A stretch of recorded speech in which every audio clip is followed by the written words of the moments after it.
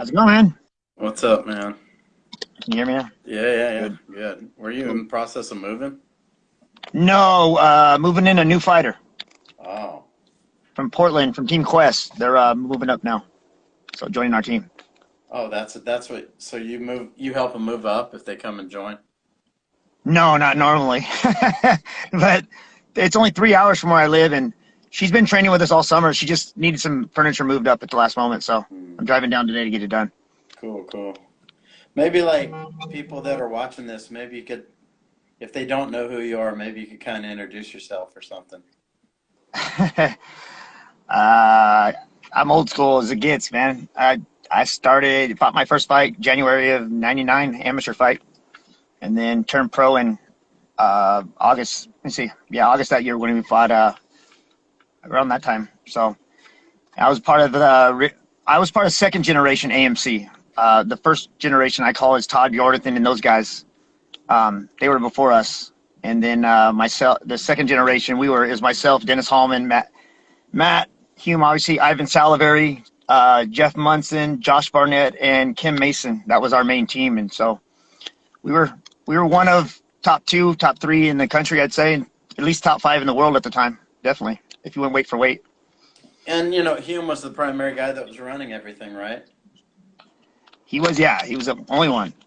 And see, it was kind of between us and Miletich as far as who was the top team. I think they accomplished more as individuals, but as a team, you know, we did all right. Not only that, all of us we were all homegrown. Theirs were all move-ins, except for a couple of them. They all moved into that area. We were all from Washington State, every one of us. Hmm. What do you think kind of made Matt unique in that way as far as pairing Sorry, you I turned guys? down. Say that one more time. I said, what do you think made Matt unique as far as building that goes? Uh, he kind of had Matt had his own way, but he was, all of us had a wrestling background, every one of us. So he took that, and that's how we developed, some of you guys call it catch wrestling nowadays or so forth, but we were definitely a top side, fighting team. We were going to put you on your back, that's what we were looking to do most time, but exception of myself and Dennis, all the other ones, they could all strike pretty well, but me and Dennis were definitely more ground, related. Yeah, so kind of talk about when you had kind of, I know you guys were doing some other fights before I kind of saw you in Super Brawl and stuff like that, right? Yeah, definitely. We were all over. We've been to some shows up here in the Northwest. Here's a funny story. We drove all the way to Boise one time. Matt, myself, this was Josh went, Ivan went, and Dennis. We all drove in different cars. We got there. They had no cage, no ring, nothing. It was a mess. They had some folding mats set up on the top of a stage that we were going to fight on. It was a big shit show, man. It was definitely entertaining. So then we fought Frank Shamrock's guys before you see me in Super Brawl. That was in August. He brought 4 guys up to Washington, and the only fight that didn't happen that night was Crazy Bob Cook was supposed to fight Dennis Hallman that night. That's the only fight that didn't happen. I fought David Velasquez, Ivan fought, and then Kim Mason fought. And Frank went home 0-3 that night. So it was a good night. Yeah, kind of talk about some of your, I don't know, because I'm kind of doing this kind of introduce people that were around back at the Yeah. beginning. Maybe talk about, kind of your first exposure to it. When I you was first learned about mixed martial arts. it was by accident. I was like in an Anytime Fitness kind of gym. I just walked in the aerobics room, and Hallman had to walk in he was there that day. There was some guy, we called him Fake Jesse later on. Come to find out, he was teaching people fake stuff. He was my first introduction to, actual grappling and so forth. But Dennis was there to grapple with the guy. And so that's kind of how I got discovered. They found me. I was a 2-time All-American wrestler for the Air Force at the time. I was about ready to get my third just shortly after that. And Dennis realized I had some talent in that room. I was being taught by some fake guy. And Dennis, like literally, he was showing you how to key lock people inside their guard. It was bad. It was horrible. Dennis tapped him every which way. And then Dennis said, "Hey, come to my gym tonight." And that's kind of how I got, I grappled that week. And that was my first grappling experience. And then as soon as I went pro and joined Matt Hume's team, that was definitely a different level of experience I was running into. People laugh when I say this, but Matt gave me a 15-minute ass whooping. I mean, he beat me up pretty dang, sparring real hard, choked me until, tapped me multiple times and so forth. I think at 12 minutes, I tried to climb out of the ring and grab me by my ankles and pull me back in. So he wanted to make sure you could handle, what he was going to put us through, he said. And stuff. But and then shortly after that, he invited me to go to Abu Dhabi for the first time. Mm-hmm. And what that was about six months before. I had about 6 months of formal training before I went to Abu Dhabi. Yeah, and I mean, Abu Dhabi back then, the tournament, it's totally different than what people see today. It's not even in Abu Dhabi anymore. Right. So it kind of had a different mystique back then, almost like Pride did. Yeah. It was cool. It was definitely an experience. I was just a pure wrestler at the time. I mean, I didn't know any better. I talk about it all the time. I 100% thought I was going to win that tournament. I had ignorance is bliss, and I came from a high-level Greco wrestling, so I understood positioning very well from the beginning. So it was easy to get me to understand grappling. So, yeah, when I go back and look at that bracket, I just recently did about a year and a half ago for the first time. I never looked at that bracket ever. I don't ever go back and look at any of my old fights or anything. I never have. Yeah. I'm a wrestler. That's all wrestlers care about is what is next. You win that big tournament. After that big tournament's over, it's about getting ready for the next one. So, but yeah, I looked at that bracket, and there's Barry Yoshida on there, and there's definitely some serious. Gilbert Melendez was there. He was in the bracket with us. We definitely had a stacked bracket that I didn't even realize at the time. I had no idea. I was ignorant. Yeah. So kind of maybe tell me about I was kind of asking about Matt Hume and kind of what do you think made him unique as far as coaching you guys went? He understands. He doesn't look at things. It's the same way myself and Dennis are the only, two people that I know of that we picked up the switch over from pure wrestling to sub grappling. He doesn't look at it through a small little, area. He kind of has a brighter, look at when he looks at things, and he's always open to change as far as, is when submissions and stuff like that. We weren't a traditional, self-type, pulling guard, grappling from our backs. He basically wanted us to either submit, reverse, or get up. Basically, is how the system kind of went through, and that's kind of how I preached it on to my guys as of today. But he, being exposed to the Japanese, that's one of the biggest things that I think really made Matt Hume, because he's seen all those things going on over there when he was a judge and referee and so forth. And I guarantee you, he took those back and he twisted them and so forth. And, we got the benefit of that, definitely. And now, since, you've moved on now and you're doing your own thing, what you're seeing today, how do you think it's kind of different? It's tough because I officiate. I'm a referee. I've reffed over 3,000 fights over the years. I've reffed the UFC, and I'm actually on their traveling team list. I just got to get licensed in a couple states so I can. It's a different game now. I mean, it's the whole guys, the style that I was able to have a successful career with, at the beginning, that wouldn't work today. You can't put guys on their back and think you're going to win fights. They're going to get up, basically. But the sub game has kind of gone away. You don't have to really be solid on your back like, when we did. You had to be, when you got put on your back, you had to know how to fight off your back a lot of times. Where today, the game's changed. They just kind of kick you off or turn over, give up their back. Jens Pulver was the first one that doesn't get credit for it. He was one of the first ones doing that, if you remember. Chuck got a lot of the credit as far as, getting wrestling stand-up, kind of getting up, but Jens Pulver is definitely one of the pioneers of that. Yeah, I mean, you're right. I think in MMA you're seeing a lot more of that, but maybe in the grappling aspect you're seeing more leg game. Probably. Absolutely. And I'm interested to see, and because about 10 to 11 years ago, I decided to get my black belt. I was tired of being asked if you're a black belt, and I'm like, no, technically not, because unless you get ranked with a gi. So I went back and got my black belt, 10, 11 years ago, long after I was done, retired from fighting. I started from the bottom. Now the leg lock game coming into the gi, that's going to be interesting to see how that kind of, I just got done talking to my buddies this week from Gracie Barra, their other black belts, and I said, how do you think it's going to, what do you think about it? He's like, the gi guys are paying to compete. The no gi guys are competing for money. So it's kind of, that's why they're against it. If there was money on the line, they're all about it. But if there's no money on the line, they don't think it should be leg locks. And I kind of agree. Yeah, but why do you think, like the guys that are having a lot of success with it, I mean, it's not necessarily something other people haven't seen, but for whatever reason, it's still kind of a perplexing thing. You have to understand there's positions. It's kind of like wrestling. Everybody understands that there's a double and single and blah, blah, blah. But how come only certain wrestlers can do those things at the highest level? Because you got to practice it, because you got to drill it over and over and over. People think they're going to drill something, X amount of times. And I told Hallman that after he grappled in the FCFF against, what's his face that keeps running through that. What was that guy's? The guy that, he was that little grappling, that sub-grappling tournament Chell does. Sub tournament. The guy, who's that leg lock guy that was the champion? Gordon Ryan? No, the other one. Gary Tonin? No, he's same size as he's in that same team. But anyways, Hallman got ankle locked by him in like 17 seconds. I told Dennis, I go, unless you understand the new leg lock game, you can't roll legs with them at all. You have to understand the positioning. It's a different positioning game. Someone like Hallman knows leg game. Why is it that he doesn't know that game? He doesn't. He don't have anything to do with the sport whatsoever anymore. He's Jones. burned out. Okay, yeah, Craig Jones. You're right. There you go. Marquez. You're right. There you go. Yeah.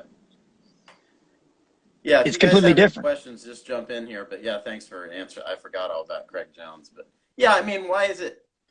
That's what I meant. Like, he knows leg game. Dennis Hallman has been around forever, but he doesn't know that game. He doesn't know the new game at all. At all. And it's different. And so I studied as well. I'm always studying. Anytime I travel, I'll go cross train with whoever's around that, I can find. I'm always trying to improve, because if you don't improve, you get left behind. Yeah, but when you're saying doesn't know that game, I mean, is it just that they're entering from different spots, or? They set traps for you. It's just like in boxing. You set traps, and they kind of narrow you into that corner. You have nowhere else to go. And if you don't understand those parts of the setups, it's game over. They're playing chess. You have to know the game. You have to know the moves. There's already another move ahead of, what they're attacking. They're really not attacking what you think. They're setting a trap. They want you to do exactly what you're about to do when they attack, and then that's where the finish is. Yeah. I mean, I always thought it was kind of strange, but I mean, it's just like anything. People know the arm lock, but there's certain people that can hit it. People know the triangle. There's certain people that hit it. It's just... Yeah, but look at Ryan Hall. Look at BJ Penn. Would you ever thought 10 years ago somebody can run through BJ Penn like that? Not even. Yeah. Never. Everybody talks all this pound for pound stuff. In my opinion, when in his prime, BJ Penn was the best pound for pound fighter in the world, in my opinion. Yeah, it is pretty incredible how these guys run through, or even how Gordon Ryan ran through Josh Barnett. Absolutely. You have to study that game, but it's not even just studying the game. They've went through many torn knees and ankles and all that stuff. Getting those, you have to know how to defend it. And look at when they're fighting each other. Put two of those guys in there against each other. They can't leg lock each other because they know how to defend it. You have to understand the defense to it, though. If you don't, they're 2 steps ahead of you. Yeah, I guess for like you, do you think you've seen enough to where you could know those kind of things? I know a lot of them because I study them, but there's a black belt in my town that he's an active black belt. He's a newer black belt in the last year from another gym, and he's active, and I recently was rolling kind of with him, and he's ahead of me. He's a step ahead of me at all times. Because I don't roll that game like that anymore. You know what I mean? I have very good leg lock defense, but I could defend it until a certain point, and then after that, he's going to be a step ahead of me. You know what I'm saying? Yeah. So it's pretty incredible. I mean, what about Matt? I mean, what do you think? Like when Matt was rolling, I mean, everyone said he was at incredibly high level. If you compare to the guys you roll with today, what was the difference? Maybe? So in Abu Dhabi, the story you heard about. So what happens is we're getting ready for the medal rounds. I'm getting ready to grapple for third. And in between medal, all the guys are either out of the tournament, they're all grappling on the mats. And Matt jumped on there and tapped probably anywhere between 4 to 6 guys, one right after another. And these are all guys that were in the tournament. He pretty much did it at will. So it was his grappling was definitely painful. There's the words you want. He's definitely and I've learned that a lot from him. Learning how to. He uses pain to make you move into certain positions, and then it's that's his traps. He uses pain, whether it's his knee on your chest, or you just don't ever know. It's not fun. Put it that way. Now, why do you not see as many fighters coming out of AMC and stuff now as maybe you used to? You don't have time. Yeah. You don't have time. And so some of the other guys that were coming up with us, some of the guys that would come up with me and Hallman up there to train, Matt would give us the attention, Dennis and all of us, that were on the main fight team. And he would help the other ones during class and stuff. But he doesn't really have time to invest into, if you're not a high level, he always, basically, if you're not going to be a UFC, Bellator type, fighter, he'll keep you amateur until you're ready. There's no sense of fighting on the regional. He doesn't have a whole lot of guys on the regional circuit anymore. All those days are done. He wants you to be the A-level fighter, or he doesn't, he just doesn't have time for that. It takes a lot of time, to travel with these guys for $100. That's how much the coach gets. You spend way more than that traveling. Yeah. I know you just took a long trip, right? Oh no, I'm halfway. I'm just loaded up. I gotta drive back here in a second.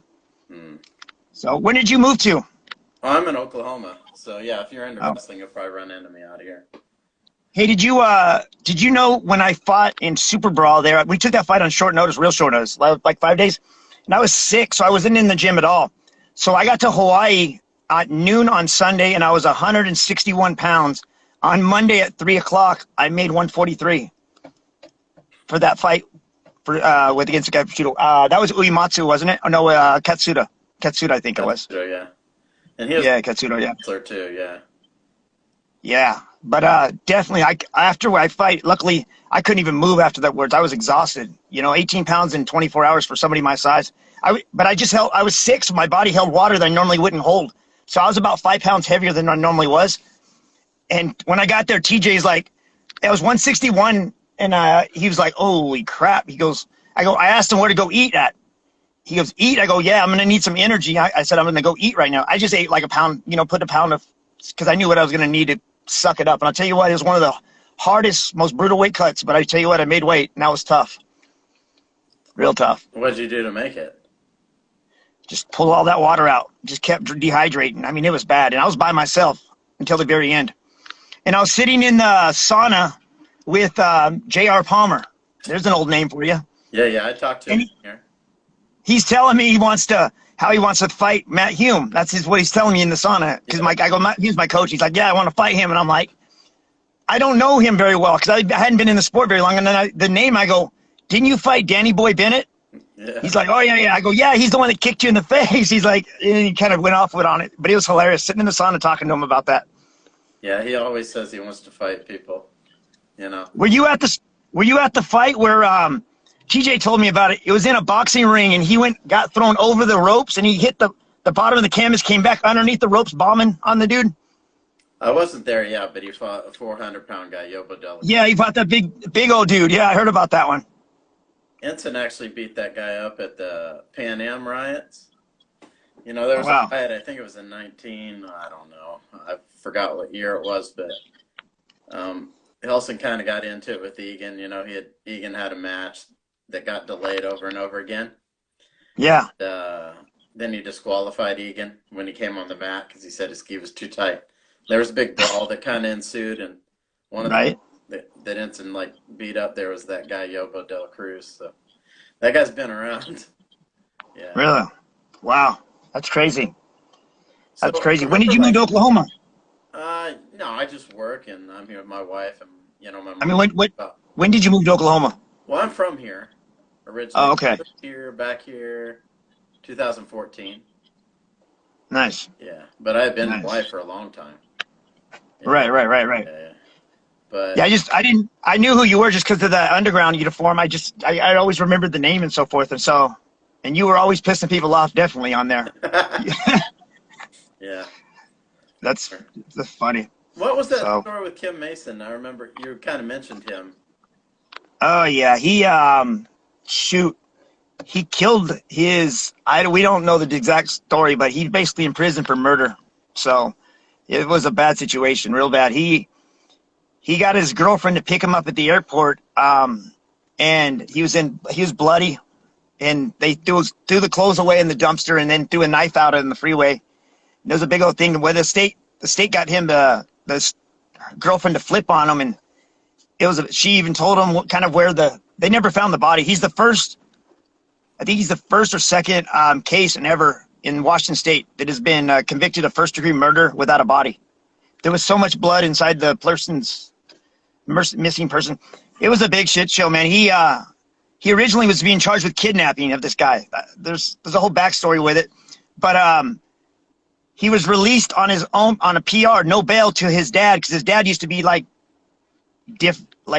deputy whatever police department. And while that time happened, he supposedly killed the other guy when he was out on release to his dad. It was not good. Not good at all. That happened in... Yeah, I remember hearing about that. That happened in 2000. Right around 2000. I don't even remember the guy, but, for people in Hawaii, they saw him compete, against Ronald Dunn. Yeah. Oh, he was a monster. He was 21 years old. He won a kickboxing world title for us as a pro at 21. Yeah, he was definitely, but he got convicted of first-degree murder. He's gone for life. Do you know why it happened, or? I don't know. There's two backstories on it. We don't really know. I don't want to assume anything. Yeah, it's weird. It's a bad situation though, for sure. They never found the guy though. I just know from reading in the newspaper, the girl was testifying and she said, "I'm having a bad day." He goes, "You're thinking you're having a bad day? I had to cut his fucking head off." That was in the newspaper. Oh wow. So it was bad, real bad. So let's see, maybe talk about what you're doing today with Team Quest.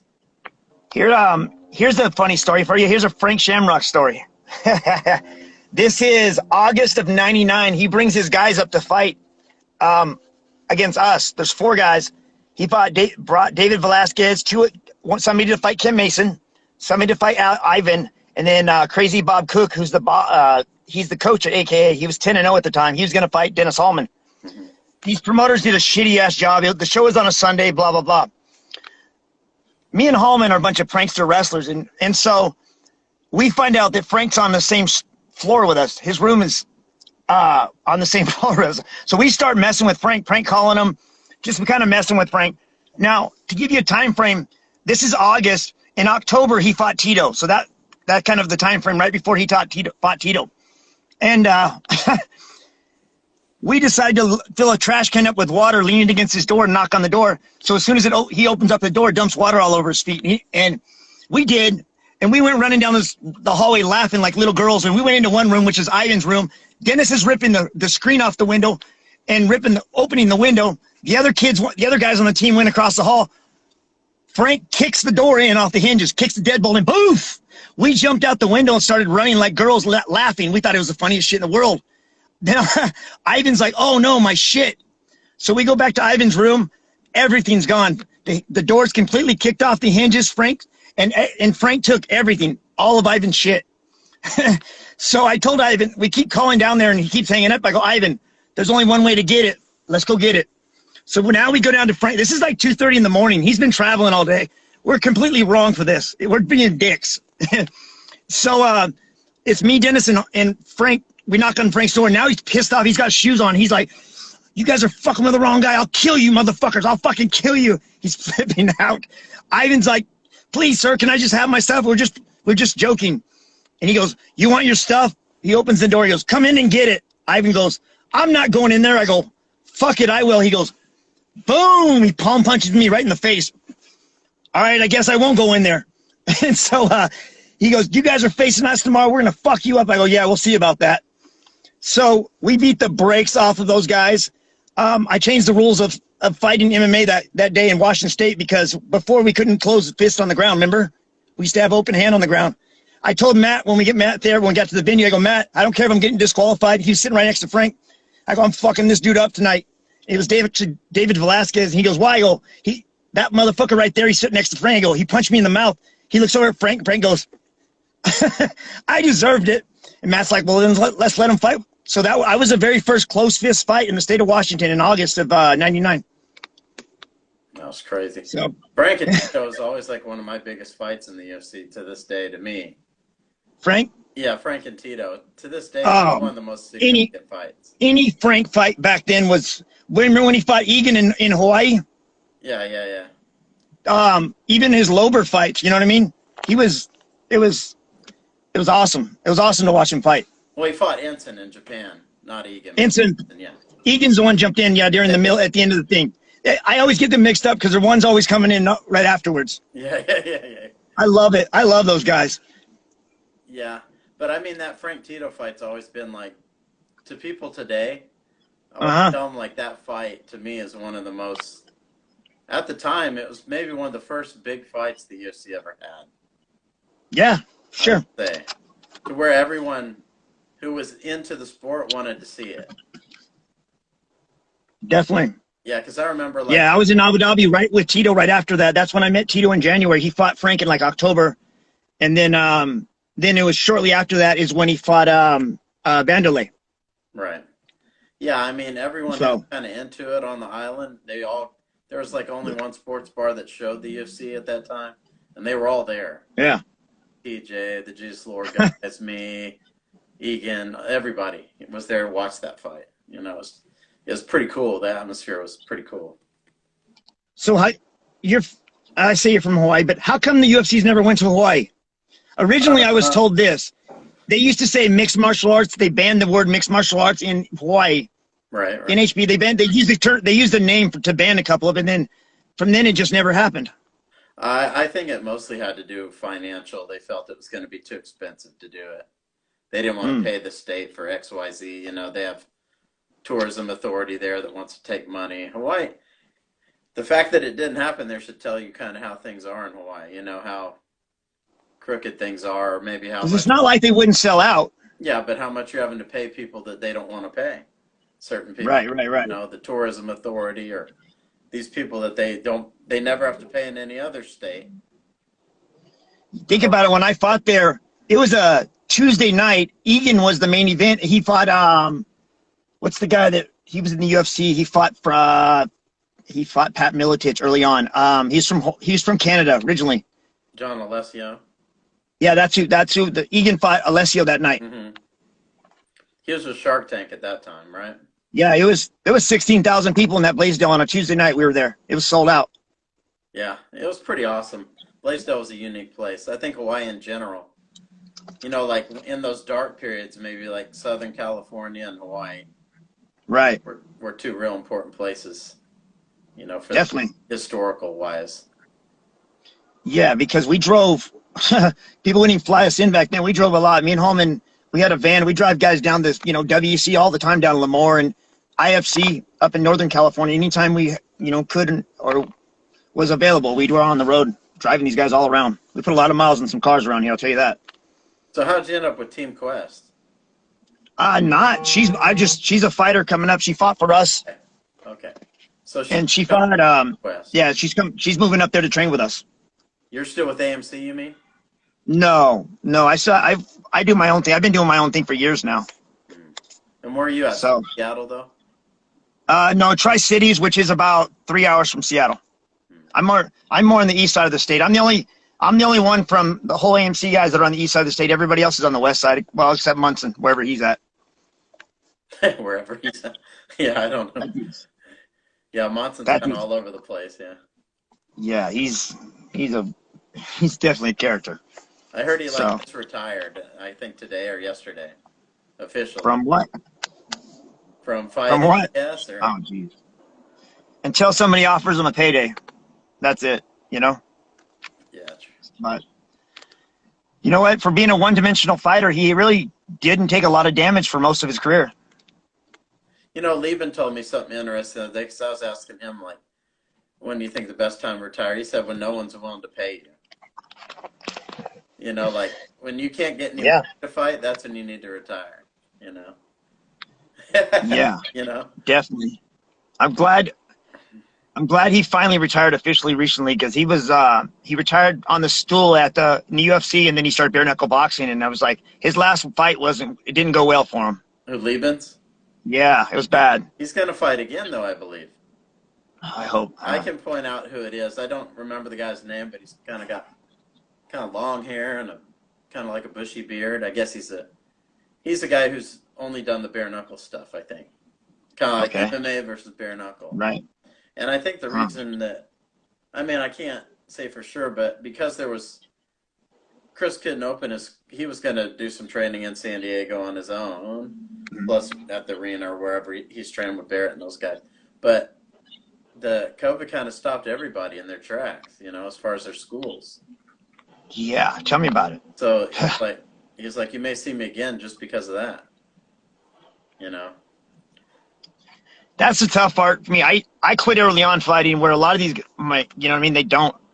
And that's the tough part to watch these guys that they don't have anybody around them. Just look out for them and say, you're done. You're done. Yeah, and I'm not talking about leaving. I'm talking about anybody in general. It's like Dennis Hallman told me. He's like, we've been doing this for 20 years, 22 years. What am I supposed to do now? You know what I mean? It's like, it's all as athletes, we came from wrestling on, switched all over into MMA. It's what we do, get up and do every single day, 5-6 days a week. So then what do you do? That's the tough thing. Yeah, it's hard. I think similar to military guys, if they've been in a long time. Yeah, it is. It's tough. I mean, I was in the Air Force for 9 years, and when you get out, it's a different world out here. It's not the same. I like it better inside, because inside you tell somebody what to do and they have to listen because you outrank them. And out here, it's whatever. Yeah. Yeah, and the corporate world's definitely different. Yeah, definitely. So sometimes I wish I had retired from the military, because I was in about the same period of time as you. Yeah. 9 years. But man, I know some guys now, they're getting a pension, and that's almost impossible to get now in the regular world. Yeah. Absolutely. Jobs you can get it from. And to get money at that age, because military, you get it right away, basically. Yeah. Where you're getting money every month. That's huge when you're trying to retire and stuff. Right. Yeah. I enjoy coaching, man. I don't know when I'll retire, if ever. You know what I mean? I enjoy it. I love it. It gives me reffing. When I retired from fighting, reffing, replaced that every day. And then I was reffing all the time. And then now, coaching all the time, full time. I mean, like I said, I sent you my schedule. It's pretty busy. It's really busy. So, and I like it like that. And we have a small team, really small team. I like it. We have a lot of females on our team. For whatever reason, I ended up with a lot of females. Even my wrestling team. The other day at practice, there was 21 on.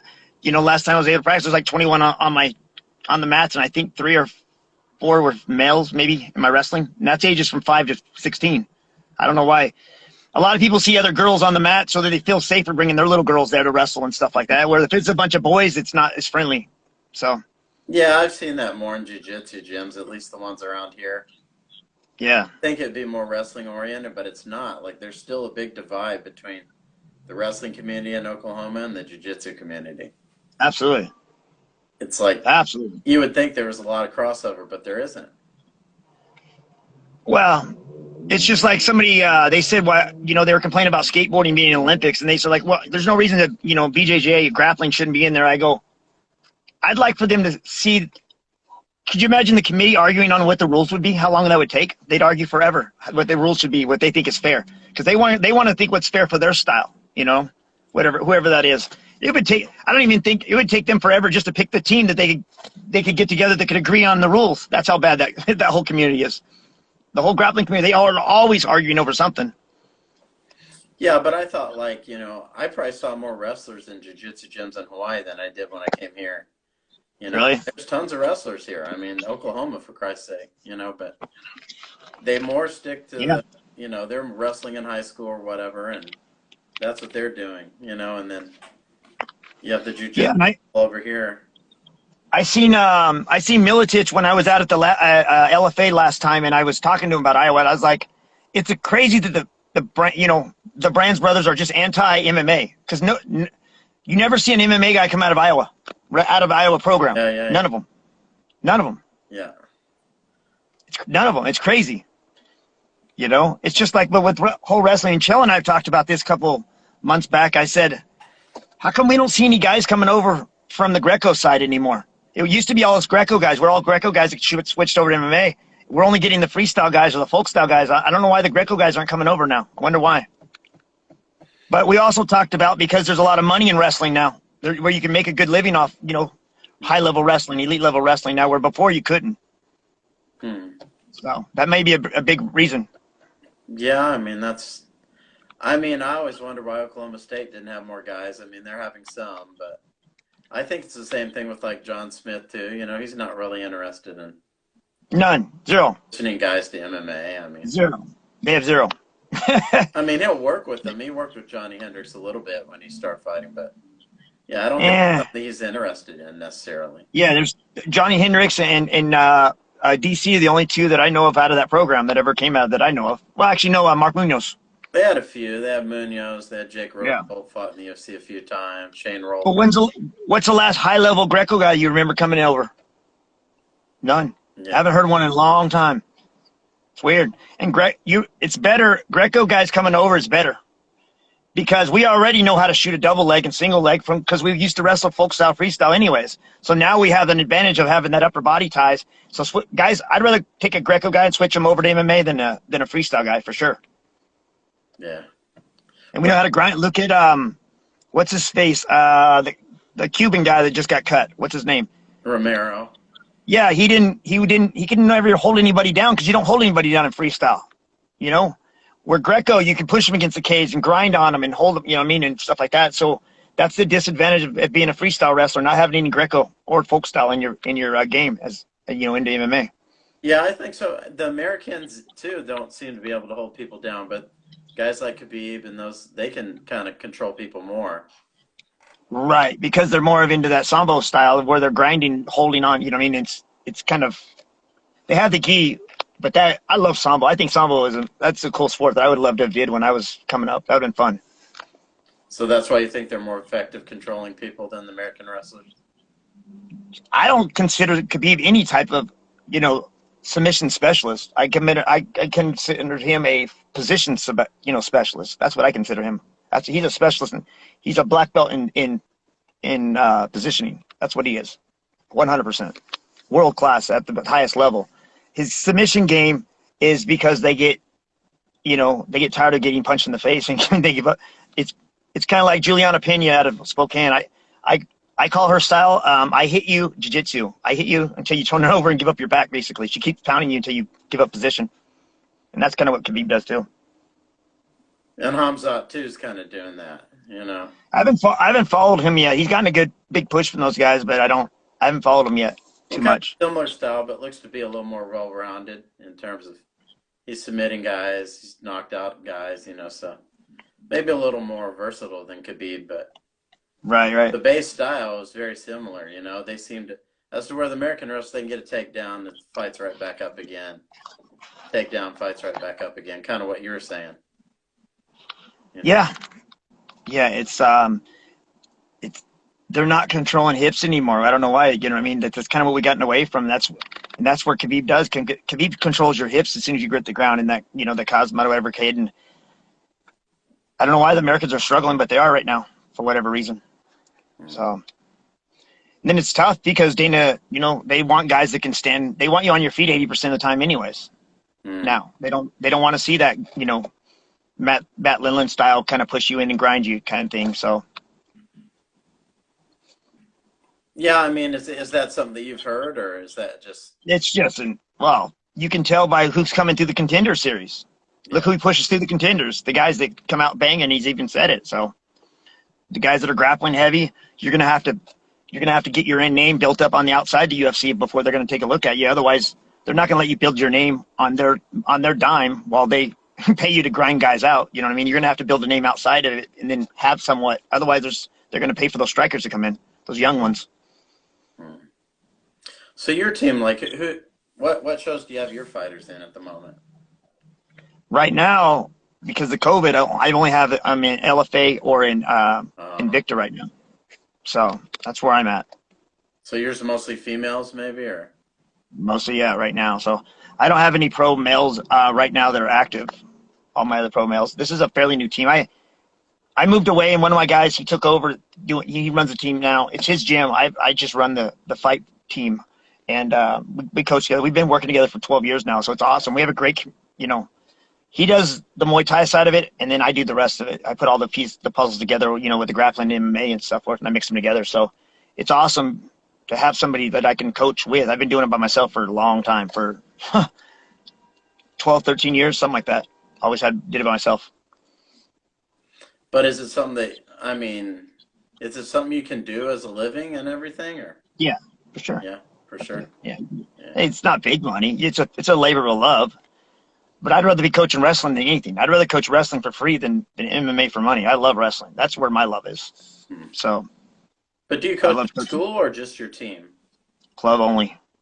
Club only. I'm not a good politician at all. I suck at politics. So I have zero interest in coaching out of school.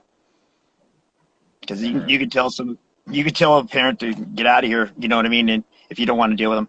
Like, my parents aren't even allowed to coach. Once the kids walk in the room, the parents sit over there quietly and they're like, don't say nothing. They're not allowed to coach whatsoever. So it's definitely it's our way, you know what I mean? Because you get a lot of parents that bring their kids to you, but they used to wrestle like middle school and 7th grade, so they remember this one move that they want to, you know what I mean? Or they're the worst sometimes.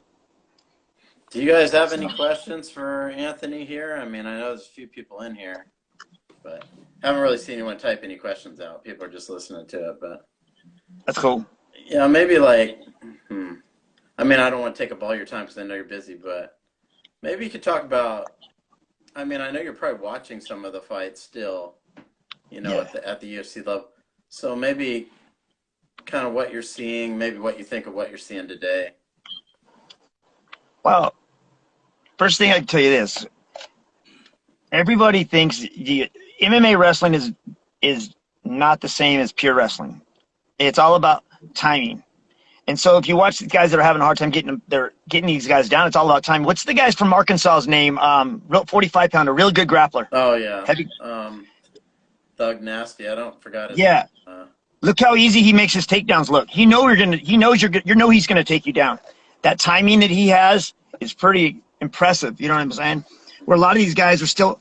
That's the problem, is they don't have that timing down. That's what made GSP that great wrestler that he was. His timing. It wasn't he was a great wrestler, period. Otherwise, you would have seen him on the world level competing with those guys. That's the main thing, is guys are having a hard time holding people down, like you said, and taking people down. But even though Clay, like me and Clay talked about after he fought Bobby Green, every one of his takedowns, Clay kept taking him down. He kept hitting his knees. He wasn't hitting his back at all. So that's one of the things that have changed in the game, is kind of the way people, they're not going to their back like they used to. They're looking to go to their knees immediately and start getting right back up. And that's part of the reason they're having such a hard time. Everybody is holding anybody down. They're not on their back and turning from there. They're typically face down and coming up from there.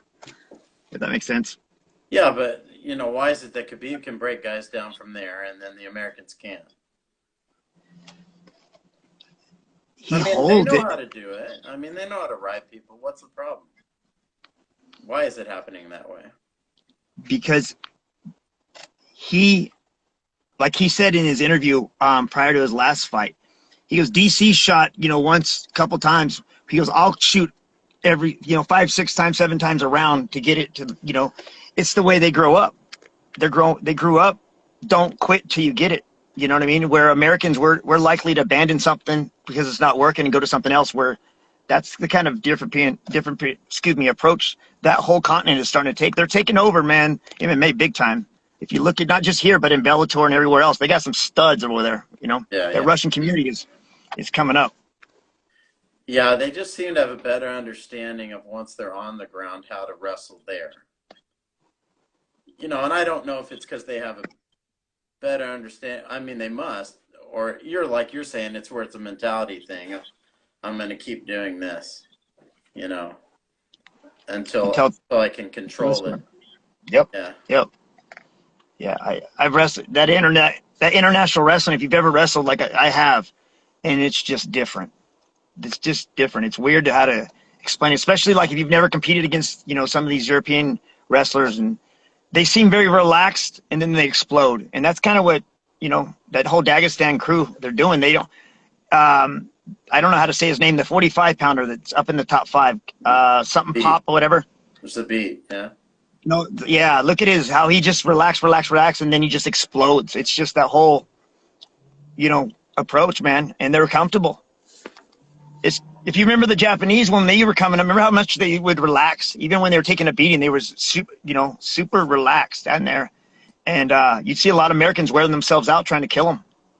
Yeah, I think back then they were so well rounded already because you had Shuto and rings. Like I talked to Gono, and he was saying he started training at Maeda's gym and with everything all put together in I think it was 1993. Mm-hmm. And I was saying you were training all together, all the techniques together. And he said, yeah, standing to ground and then submit Right. all together. So they were already doing that stuff, 93, 94, when the UFC was just starting to come to the U.S. So I think they Right. were already way ahead, in terms of their well-roundedness. But I think Yeah, now definitely. everyone's kind of caught up to them in terms of the well-roundedness, but the Americans are bigger, stronger, and now they can't get by on being more well-rounded than everybody else because everybody is pretty good at everything. And that's why I think the Japanese decline came in, Yeah, they definitely didn't evolve with the game.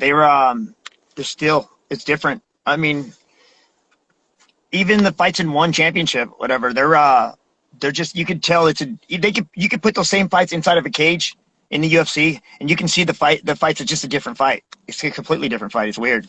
Yeah, but I'm interested in some of those because they got Thais training now.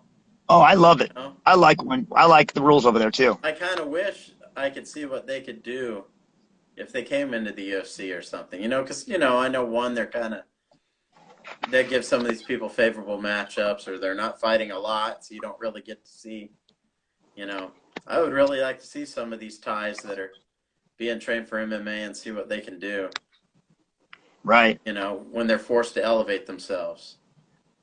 Because Yeah. I find it interesting, especially like the girls they have there, some of, that they have in one that are, that live in Thailand, they're from Thailand, they're pretty advanced on the feet and, Yes. they're getting better on the ground, I guess you could say, I watched a girl recently fight. I don't know where it was at. It was in one though. She's a little blonde girl. She was at the Team Quest over in Thailand recently. She just fought MMA, a Thai fight though. Excuse me, a Thai fight with the MMA gloves on, and she's a super tall girl. I think she fought around 115, a little bit, maybe even lighter than that. She was impressive, really impressive. Those girls they're nuts. And plus, because of the training there, they have just cut such insane conditioning because all the running they're doing, and Right. they're basically training all day, So yeah, I mean, I'm really interested in what they're doing out there, because Yeah, definitely. those Thais have always trained extremely hard for Right. fights, now that they've kind of getting this exposure to one. I wish I could see them fight more in the U.S. and kind of have to elevate themselves, but Right. because one, maybe they're not having to elevate themselves as much yet, but I don't know. What's the guy that came over from I saw some of them lose. Don't get me wrong, I did. I saw Stan Fairtex lost her last fight, for example. But what I'm saying, when you're having to fight people that are really good all the time, you know what I mean? Like the UFC, they give some people favorable matchups, but nowadays it's pretty much next one, the next one, the next one. They aren't really giving people favorable fights, for the most part. No, that's why you have to improve between fights every time. Yeah. So I'd like to see what they would do if they were forced to. They know, I'm going to have to fight again in 2 months. I'm going to fight again, and, Right. Yeah, so. Nice. I find it interesting. Well, yeah, I like fighting in Japan. It was cool because the crowd, it was different. You know what I mean? It was definitely a different culture. I mean, yeah. What did you think the first time you went there? Like, what fight was it? That was cool. I can't remember which one, if that was Uematsu or whatever it was. I was he was #1 ranked guy in Judo forever. I was in Korea when I fought him. I got off work on a Friday, jammed out of town, went and fought on Saturday and came back on Sunday from back to Korea. Nobody even knew I left. Because I asked for permission and they said no, so I went anyways. I had my passport. I just left for the weekend after work and fought and came You were in back. the Air Force at So the time? yeah, yeah.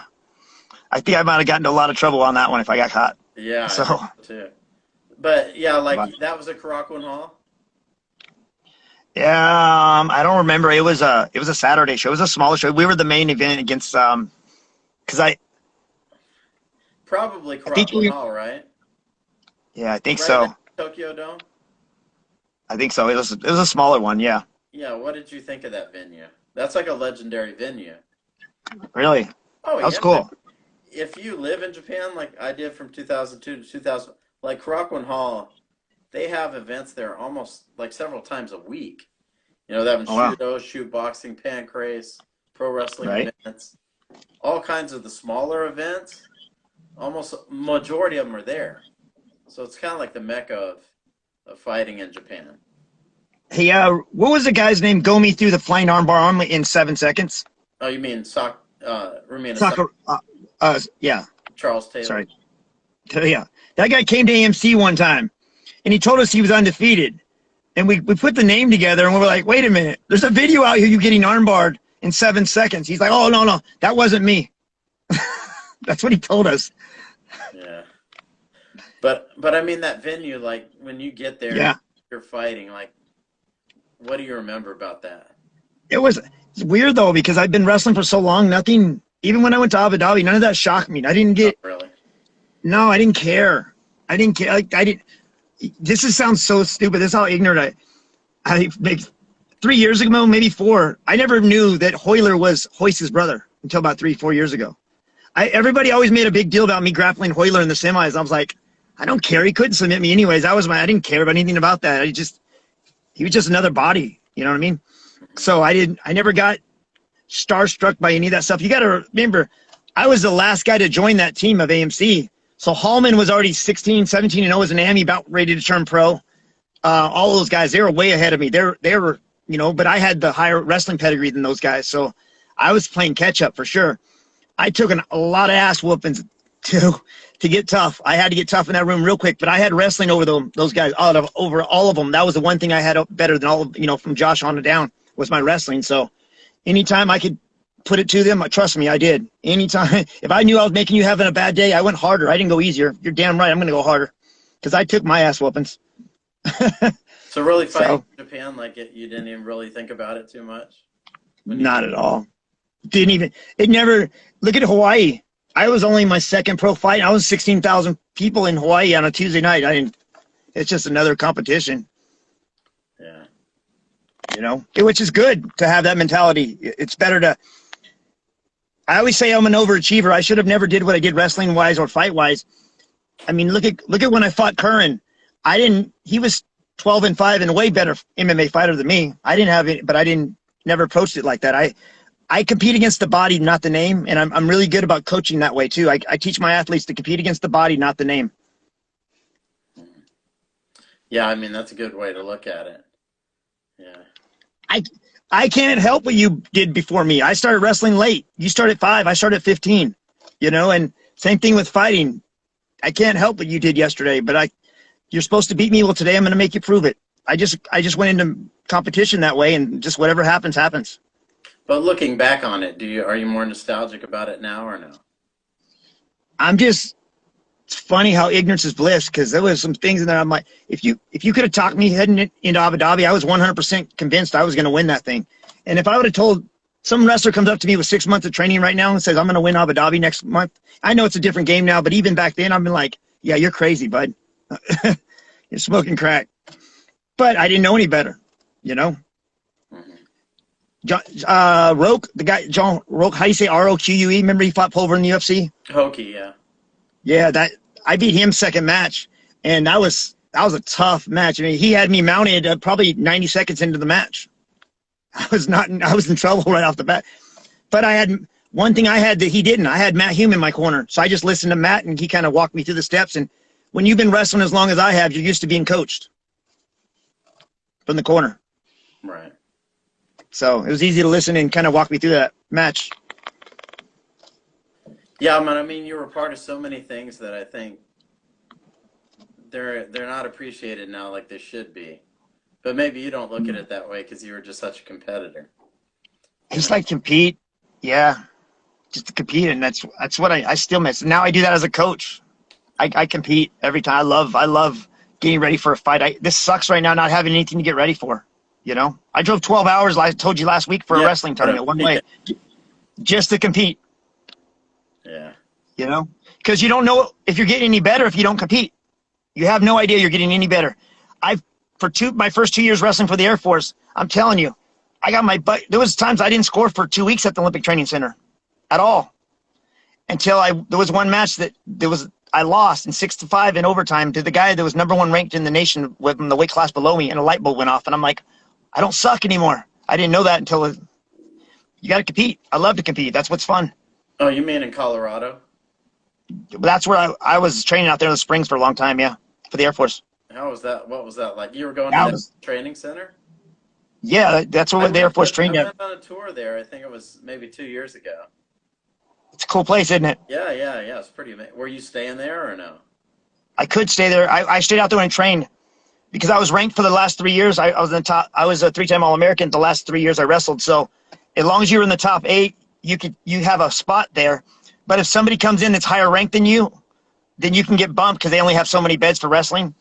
So I got bumped enough times, but I just stayed in the hotel. But I got all the medical side. I got all to eat there all the time, you know, because guys like that are in the top 3 ever come in, you get bumped all the time. So I just stayed at the other hotel with the other wrestlers. But what's it like training there, like in that little room? It doesn't look like much of a room, really. You know, it's just take a lot of ass whoopings in there. That's what you do. Take a lot of ass whoopings. My first day in there, Matt Hume got into a fight. My very first day I'd ever been there. That was in '94. So it was definitely an experience. Well, who runs the practices there and stuff? Back then it was there was a Russian that used to run our practices back then. Can't even think of his name right now. But nowadays, Matt Lindland's actually the coach out there now, the resident coach. He's at the OTC for Greco. Yeah, he's a resident coach. That's pretty awesome. Yeah, it seemed like a pretty cool place. You know, I mean, I had never been there before. You know, they got their little camp, right, whatever you want to call it. You know, and right. Well, hey man, I gotta get running. I gotta get back. I got a 3-hour drive back. Yeah, I appreciate you taking the time. I know you're. Nah, brother. Thank you, man. Appreciate you reaching out. The guys who competed back then have better stories, you know, than the guys today, because they can't really say much when you're competing. You know, it's the same. You know how it is when they're fighting in promotion; they can't say anything, or they're talking to the same people every day. It's kind of like it's more interesting to talk to these people. I think people. Absolutely, man. All right, man. I appreciate it. Cool, man. Thank you. I appreciate it. All right, brother. Later on. See ya. Take care. See ya. Yep. All right.